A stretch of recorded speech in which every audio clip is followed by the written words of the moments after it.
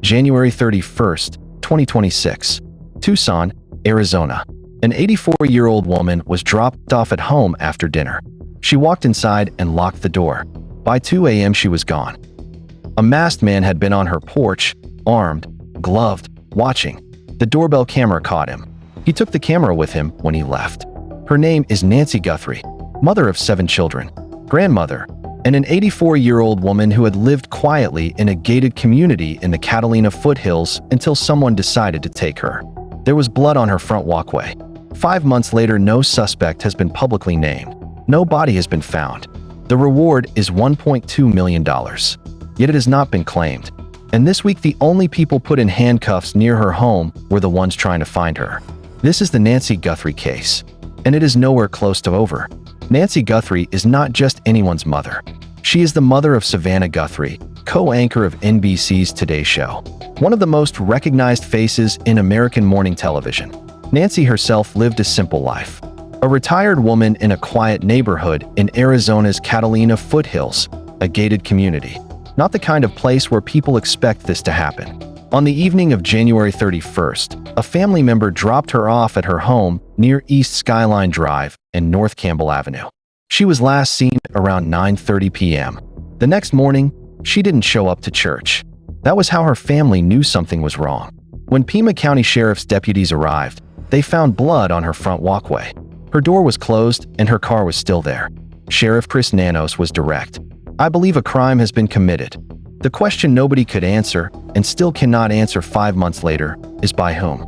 The doorbell camera at Nancy Guthrie's front door captured him. A masked figure, armed, gloved, and standing on her porch in the early hours of February 1st, watching. Then, before he left, he reached up and tampered with the camera. He took it with him. FBI Director Kash Patel released surveillance images on February 10th, showing the suspect on the porch. The figure is wearing a black 25-liter Ozark Trail backpack, a ski mask, and a gun holster from Walmart, the kind that sells for about $10. One detail stood out to investigators and the public immediately: a wrist tattoo, visible in the footage and distinctive enough to identify if you know who it belongs to. 5 months later, nobody has come forward to claim that reward. Nobody has named that tattoo.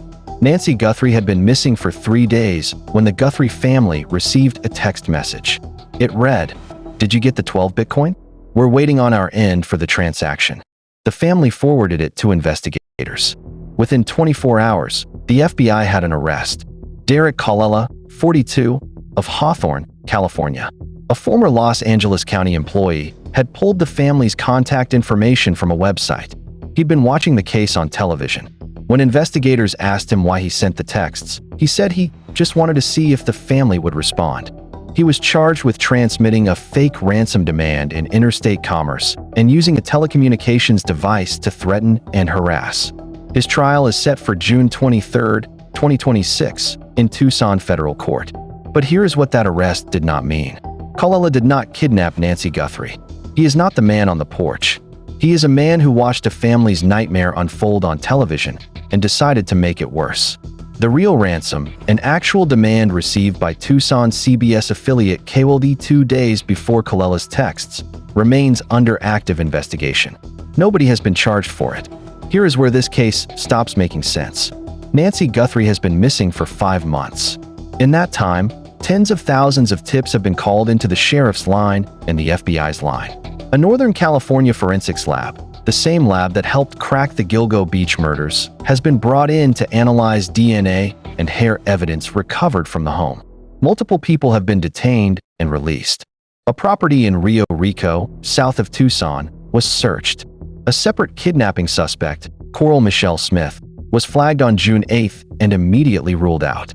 Investigators noted her height and physical description don't match the person on the doorbell camera. The wrist tattoo doesn't match either.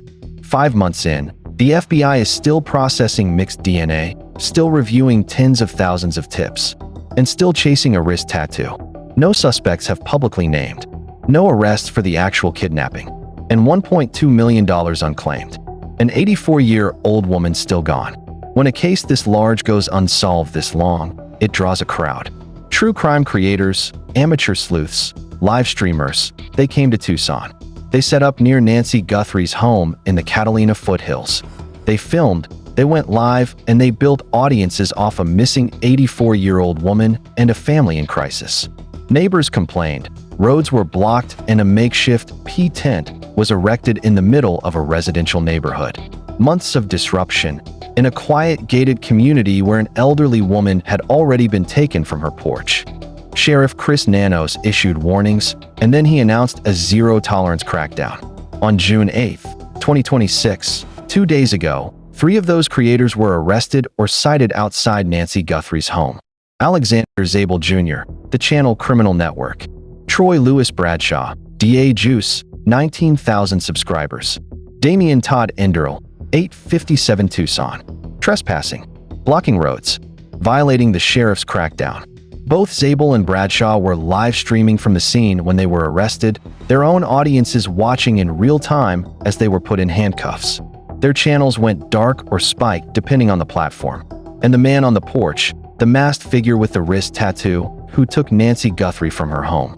He is still free. Let that sit for a second. 5 months. Tens of thousands of tips.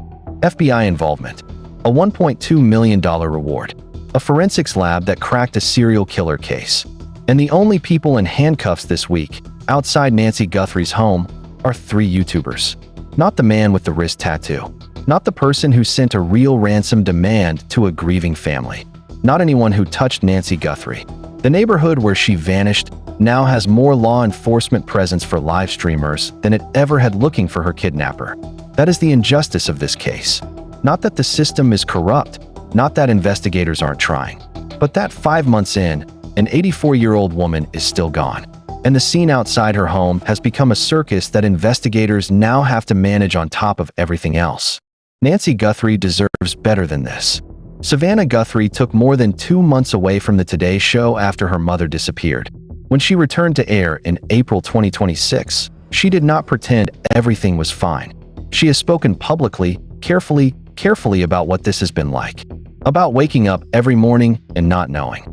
About the helplessness of being one of the most recognizable women in American media, with every resource imaginable at your disposal, and still not being able to bring your mother home. The Guthrie family posted a video message in February, addressing the kidnapper directly, asking for proof of Nancy was alive and asking for communication.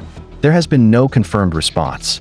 Savannah announced the $1 million reward personally, which combined with other contributions has grown to $1.2 million. But nobody has claimed it.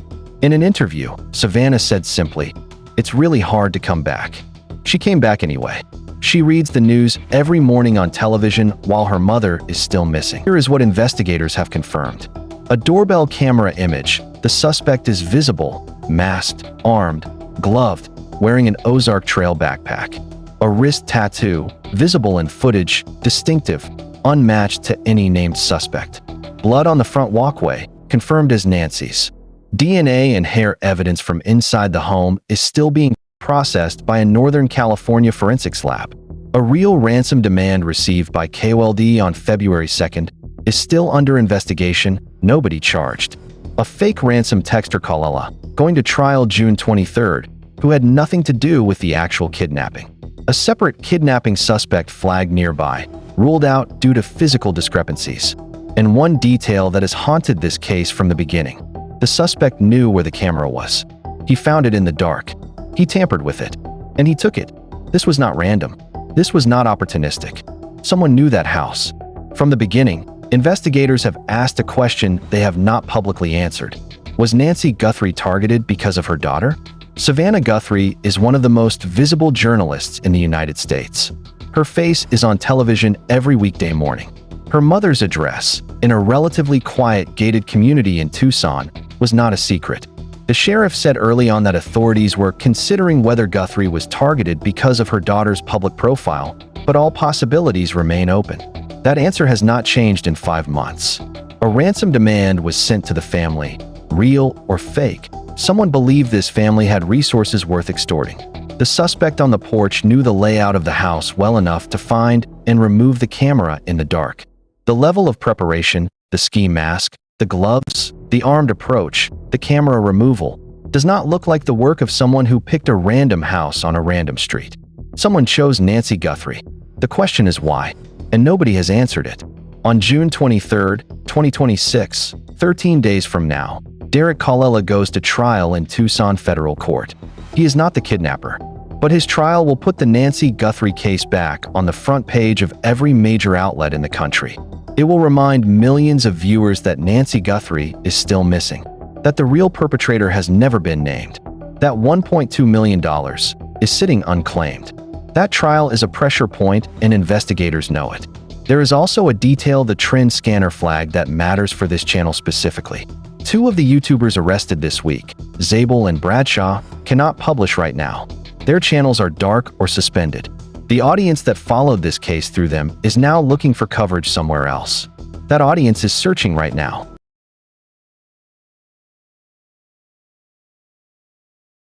January 31st, 2026. Tucson, Arizona.